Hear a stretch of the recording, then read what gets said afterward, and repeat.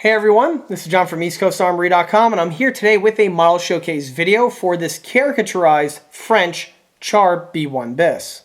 The model in this video is built for my own private collection and is not for sale and or purchase. However, like I often mention in these build videos, I frequently take on commission build projects from models ranging between 1/35 scale and 1/6 scale. For availability and pricing information, that information would be best by contacting me through the email address listed below, which is info@EastCoastArmory.com. This model here is built predominantly out of the box, and we'll be going over all of the model's features as well as giving the model a thorough in-box review. So stay tuned because there's going to be a bunch of info coming right at you. To start this video off, let's go ahead and take a quick walk around this model. And this model here is the French Char B1 bis heavy tank. Or at least that's what it's attempting to be. This vehicle here is a caricaturized Char B1 bis French heavy tank from the video game War Toons. Which means one thing and one thing only. If you check your calendar, this video should be posted on April 1st, 2022, making it part of the ECA channel's tradition of posting caricaturized World War II tank build model showcase videos on April Fool's Day.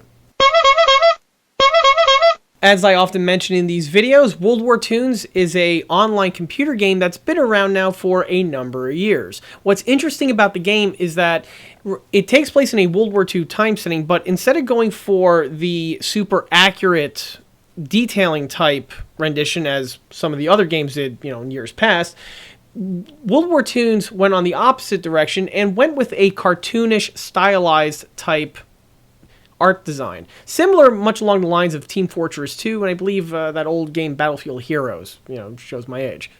What's really cool, though, is that outside of it just being an interesting video game, a number of years ago, the game developer hooked up with the model company Meng, and they released a licensed range of kits from the World War Toons video game. This would include models of the tanks, as well as the various airplanes that are in the game as well.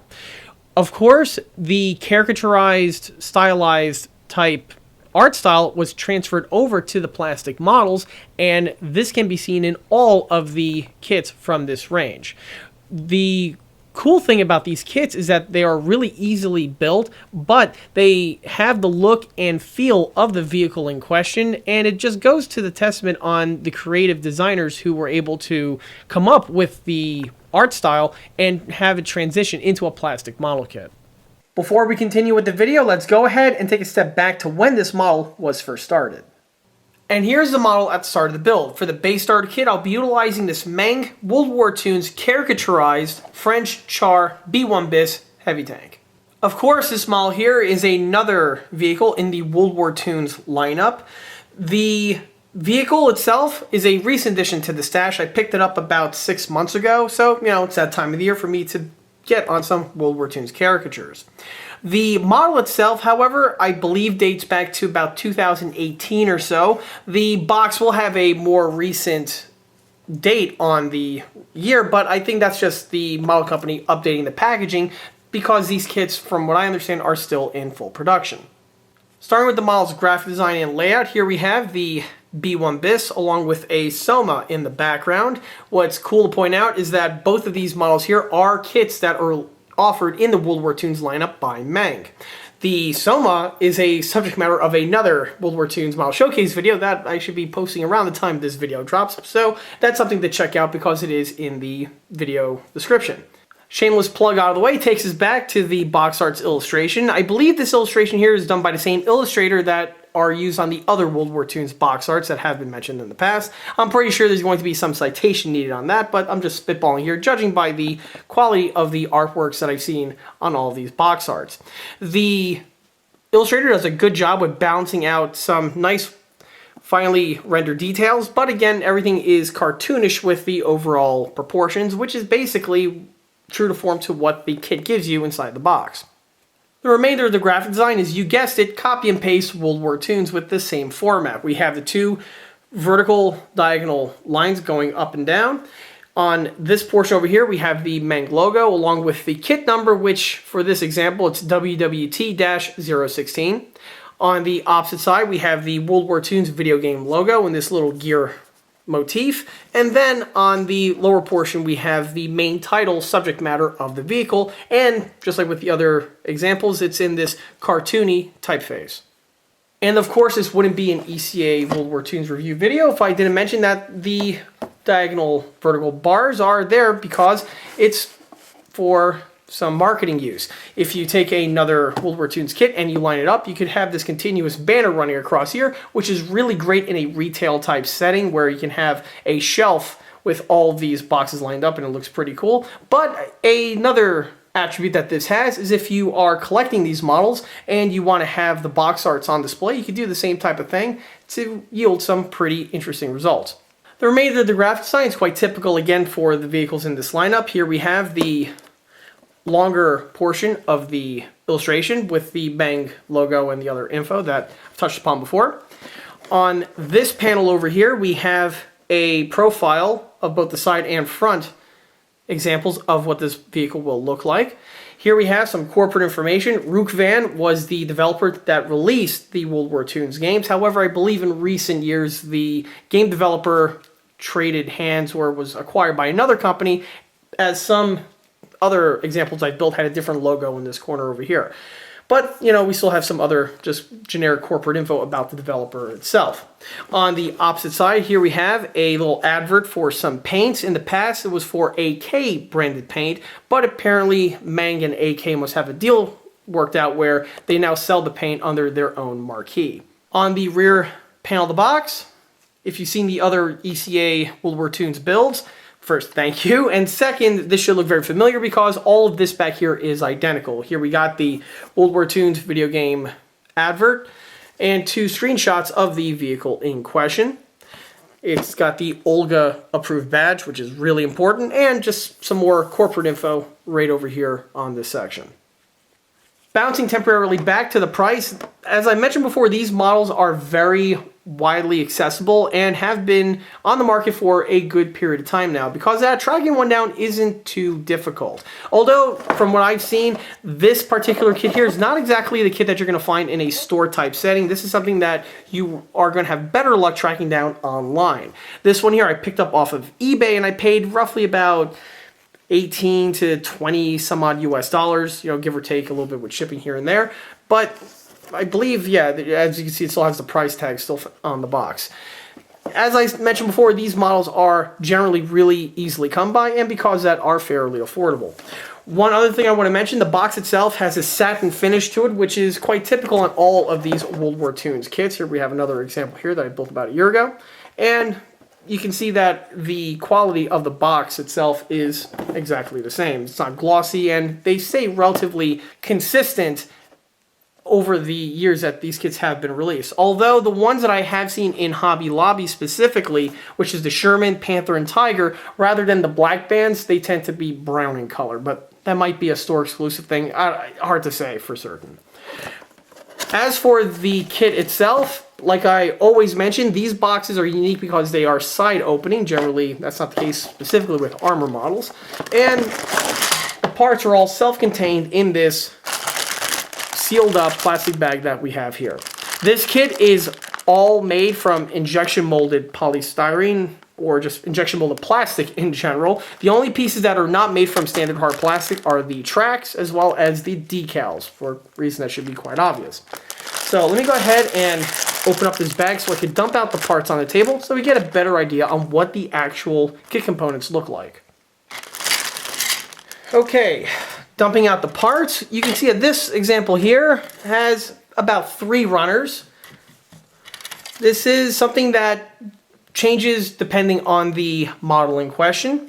I've built some examples where it's all 1 runner and some that are a little bit more elaborate. Starting with the lower hull, just like with several other examples that I've built, this one has a pretty decent sized lower hull. This is true for some of the other heavy tanks like the Churchill, the King Tiger, the Porsche Tiger, and even the M26 Pershing was similar along these lines. The quality of the molding is quite standard for these World War Toons models where we have some pretty thick molded parts, which is good because it lends itself for the model being quite chunky, which is something that you want because it makes for a more sturdier build. From the lower hull takes us to this runner here, which is the top hull. Just like I mentioned on the other World War Toons models, these kits here are made with modern tooling on them, so because of that, you're going to have some crisp, molded details, although for this particular subject matter here, it's going to be simplistic, but the quality of the parts are pretty good. Getting a closer look at the upper hull itself, you can see all the hatches, some cartoonish style hinges and fastener details that are integrally molded on. On the same runner here, we have a mantlet, some spare track, the main 75, which is a two-part assembly, which means you're going to be doing some seam removal work, but again, that's quite standard on a lot of these models. We have the cupola and the exhaust manifold system with heat shields, no less. Second runner consists of the side hull panels. If anyone has built the Tamiya Char B1 bis, this should look very familiar. And here we have the lower turret pan, some more hooks, the rear plate, and the rotor for the hull-mounted 75. And the final runner consists of components for the running gear. We have a bunch of little pegs that hold up the wheels, and this is one of those things where if you lose one of these little pegs, you're going to be pretty much screwed, so you're going to want to take some extra care when deburring these parts, and also during the painting process. Definitely want to take your time with that. But the quality of these sprockets are, again, quite typical for the other tanks in the World War Toons lineup. Here we have the turret, which honestly looks to be just a copy and paste piece from the Soma kit that I did a review on. And if I didn't know any better, I say that the tooling is literally the exact same molding, which is good because that turret was really easily assembled. The next thing to mention are the tracks, and the tracks look pretty good. They are made out of this single piece rubber material. They kind of remind me of those little bracelets that you always see for sale all over the place. The detailing on them is really nicely done, specifically for the media that they are, and also for the subject matter. If the camera gets in focus, you can see the track hinge detailing, and it definitely has the look and feel of the tracks found on the B1 bis. Just like with the other World War Toons tanks, on the inside portion here, we do have some stylized inner hinge detailing. Nothing really too much to point out, but again, it's one of those things that are found on these kits. The decals on this one are very, very small. Some of the other World War Toons builds were just covered in markings, while this one here tends to be a little bit more sparse. I will say that on the other examples of World War Toons models that I've built in the past, and just for Meng models in general, the quality of the waterslide decals are always nicely done, so I'm not seeing or anticipating any issues with this one here. The last thing to mention is the instruction manual. The instructions on all these World War Toons models are interesting in their own right, as opposed to the other kits on the market that just have some CAD drawings or some hand-drawn drawings on white printed paper. The World War Toons ones have a little bit more extra graphic design on them, so because of that, they just have a little bit better showmanship. If I open up the instruction sheet, you'll see exactly what I'm talking about. The CAD files are always clear and concise, and it's part of the contributing factors that makes these World War Toons models generally really easy and friendly to assemble.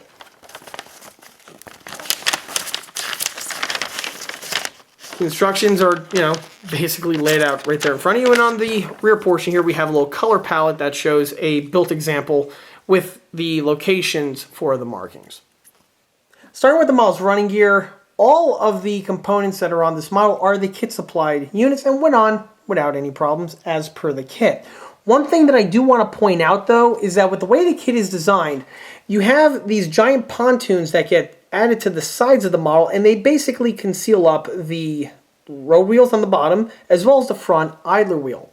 On my models, as I frequently mention, the model suspension is the last thing that gets fitted to the vehicle just after everything is fully painted and weathered, and just before the model is fully completed. So for this build here, I have to do something a little bit different compared to my norm, where the pontoon sections and the wheels need to have been painted off of the model prior to final assembly. With the pieces off the model, I was able to fully paint and weather everything and then secure them in layers, completing the build to the way you see it here. The first layer, of course, was securing on the wheels, and the wheels on this model, first, the rims are painted in a silver color, as are on all of the World War Toons models that I've been posting in this batch for this April Fool's Day. But also, outside of that, the stems are a bit on the thinner side, as I've mentioned on a few of the other builds as well. And just like on those builds, I highly recommend going over the surfaces with an X-Acto knife, just so you scrape away a little bit of material, just so that the pegs are able to be inserted in an easier way. If you run into some resistance and you put some pressure on it, the pins may snap on you prior to the piece getting fully seated, which can cause some problems. And if you're like me and you pre-paint everything prior to final assembly, you definitely want to go over those surfaces with an X-Acto to smooth them out to assist in the installation. Once that's done, however, the wheels just slide directly into place and are able to spin. In fact, the tracks on this one are rollable if you try to push it on a carpet, although I'm not going to do that on this one because, of course, they are painted and weathered, and I don't want to chip up my paint job. The pontoons themselves, once the wheels are all inserted, get plugged into place. There are these two large pegs found on the sides, and the pieces just get pressed into place. However, one thing to watch out for is the pontoons do not make contact with the side hull of the model. There's a gap between the two pieces separating them. And I just want to point that out. So if you're adding glue, you don't want to add the glue to the top portion here of the pontoon, only to the stems themselves, so that when the pieces snap in place, you're not going to have just globs of glue in locations that you really don't want them. On the rear hull area, the model goes together very, very well, which is not a surprise. The upper and lower hulls do have a seam that runs along the inner section over here. It's mostly covered up by the track, but before the pontoons and the model goes into paint, of course, I go up and down these areas with a little bit of sandpaper, smoothing them out. With the way the rear is designed, there is a small seam to contend with in one of these areas, and this was simply polished away with the same type of method. The remainder of the details go into their place. There are a bit on the stiffer side, which is something that is quite commonly seen on these World War Toons models. So during the construction, if you have the ability to sand a little bit of material off of the pegs, either with a needle file or some sandpaper, this will make the insertion of these parts go by a bit easier and will cause a little less friction. On the front portion of the model, with the way the B1 BIS is designed, you do have some sub-assemblies that need to be fully assembled prior to the installation. The first is with the bow 75. This is a two-piece assembly, as I touched upon before, so there is some seam work to contend with. Just like on the other seam work that I've mentioned on this build and on the other World War Toons, they go by really, really quickly with a little bit of sandpaper and some super glue. But the caveat is you want to do that before you install it in place, because once the unit is mounted in place, you're not exactly going to be able to get in there with the sandpaper to do the job. Once the piece was glued together and the bodywork was done, I also pre-primed the component because, again, you will have the risk of having something left unpainted, and even when the model's fully painted and weathered, if you move the piece a certain way, you're going to have some bare plastic exposed. On this one here, that's just not the case. As you see, it is thoroughly painted and weathered. And you can also see how well the piece functions, which is something that's going to be seen on the other components on this vehicle as well. While on the front section, one area that gave me a little bit of friction was right over here on the front where we have the small little bolt strip. The strip is this little rectangular piece with the bolts molded in and just drops in directly in place.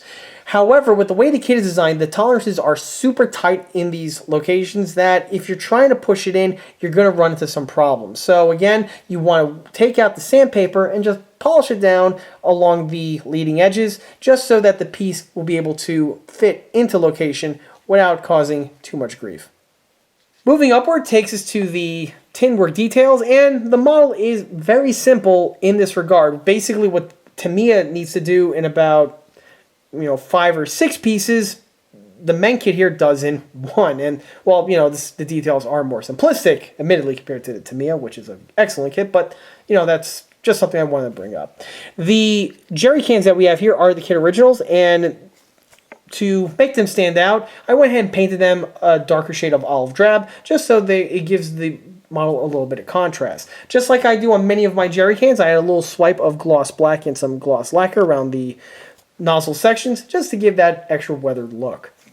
On the front portion here, we have some Pioneer tools. And these are just simply painted and weathered and mounted to their appropriate locations. Of course, with this model, with this type of camouflage, you want to make sure that the straps are painted to the correct corresponding color that's found on the panel that the pieces are secured to.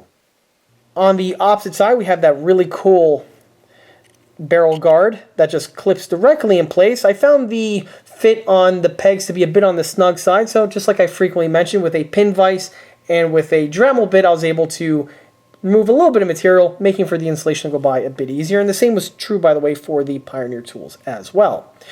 On this portion here, we have that really cool antenna base. And on the kit here, Meng just molded it in this, type of setup that we have here.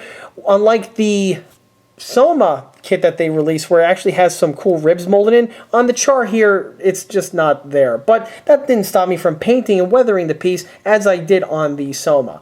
On the real units, these of course are made out of porcelain, and in order to paint it, some Tamiya Hull Red was utilized, and then a swipe of Tamiya Gloss Lacquer was done to complete the look. Moving further back takes us to the exhaust manifolds. These are excellently rendered and just, clip into place without any problems. Once they are weathered up, they really give the model some nice extra detailing. Moving our way to the turret, this kit, like I mentioned before, uses the exact same components and tooling found on the Soma. So it goes together extremely easily.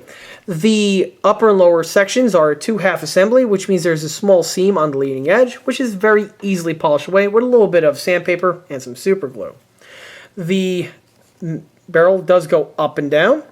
It can be a bit loose, so if you run into this, a small drop of white glue might be something to look into during the construction. But on this one here, the layers of paint seem to do a decent job in keeping the piece from flopping around.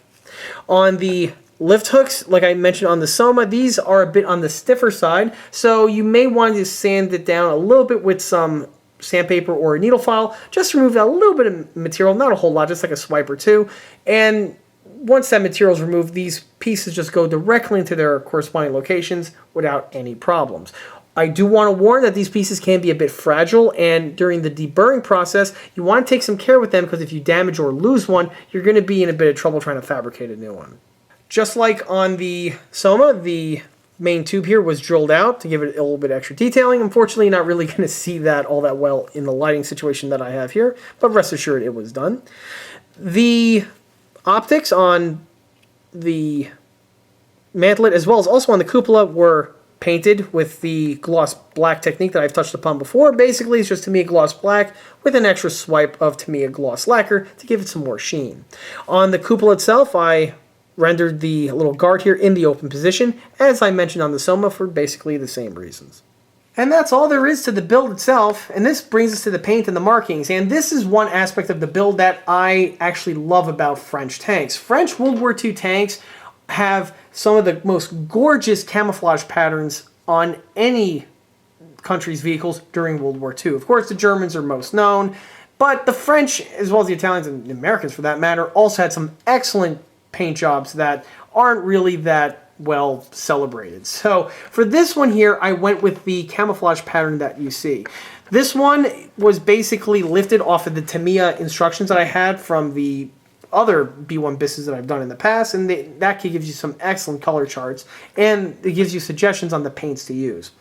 This one here, unlike the other models that I've built in the past, as well as even the B1 BISs where I paint them with the airbrush, this one I had to do it a bit of a different way.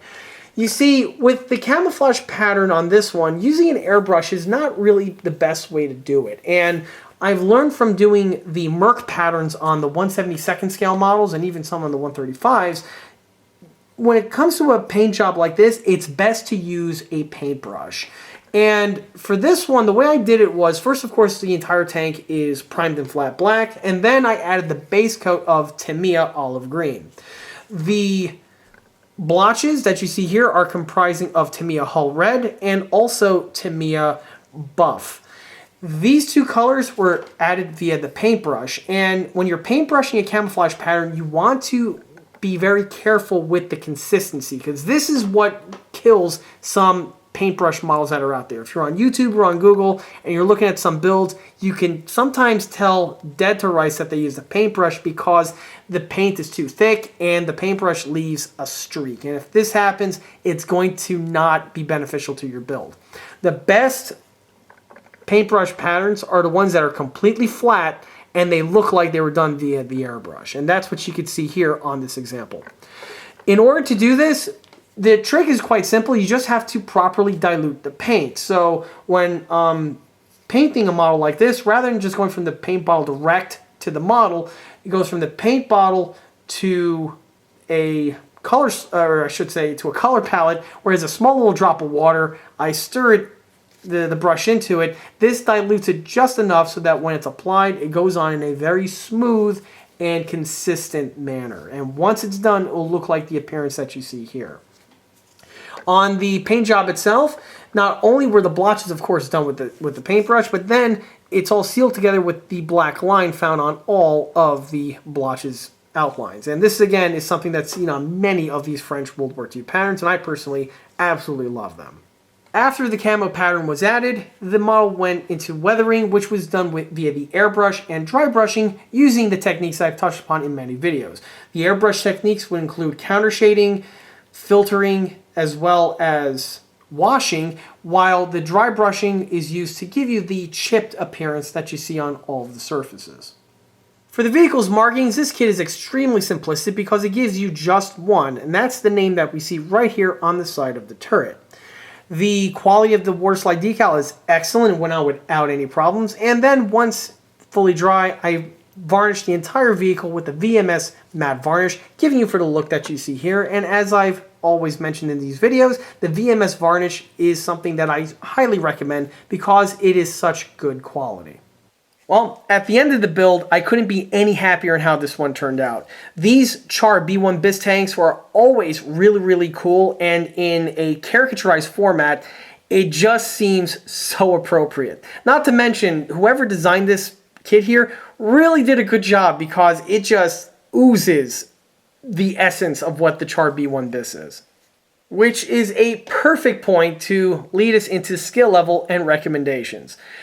The model, just like with the other World War Toons kits, is something that can be built by just about anybody. Whoever designed the engineering on how these kits go together really is on the ball, because this one here is super simple to build and is one that almost anybody can tackle. From the person who's never looked or touched a plastic model before in their life to the type of person that has an entire house full of them, like, well, yours truly. Plus, anyone else in between can really appreciate building one of these kits here. For recommendations, well, if anyone has seen the other ECA World War Toons build reviews, it's going to be absolutely no different. This kit here is phenomenal if you're a fan of the video game. If you don't have any of the kits from the game, you really can't call yourself the World War Toons game fan. Outside of that type of person, this kit here would be greatly appreciated by anyone who's a fan of not just World War II armor, but also French World War II vehicles in general. The Char B1 BIS is a legendary French tank, and this one here would be a great addition to your collection if you're the type of person who has a few of the Tamiya Char B1 BIS kits, like, again, well, yours truly. Another person who would appreciate this kit would be someone who is a youth builder or is the type of person that's looking for something with some playability. This tank here does have a bit of playability with the way it's designed, and with the ease of construction, this definitely aids with the overall enjoyment of the piece. On similar lines, if you are a parent or a grandparent and are looking for a nice quick afternoon project to spend with your kid or grandkid, these World War Toons models are excellent because of not just their relatively low cost and high availability, but again, with the way they go together, it's something that you could have a really nice experience with when trying to spend some quality time with someone else. On a similar note, these models here make terrific gifts to give to somebody, either who's a model builder themselves and is the type of person that has just about everything and you don't know what to get for that type of person. Well, chances are good these World War Toons models are a nice, interesting gift to give to that type of a person. Also, they make an excellent gift to give to, well, again, someone who's a youth or just someone who does a lot of craft type activities. These models here are excellent in that regard. One final person who I'd recommend this kit to would be someone who's looking for a model to practice and try out new painting techniques, camouflage techniques, or just weathering techniques.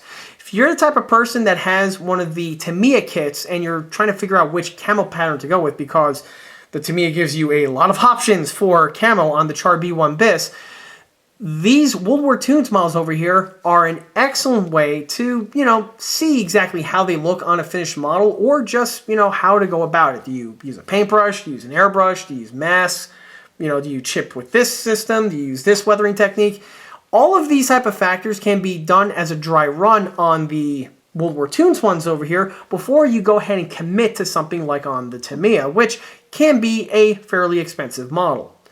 By doing the dry run attempt, this will sharpen your skills so that when you go ahead and level up to the Tamiya one, you should be able to take those honed in skills and apply it to that model, which in the end will lead to a better end result. And with that, that wraps up this model showcase video for this caricaturized French Char B1 bis heavy tank.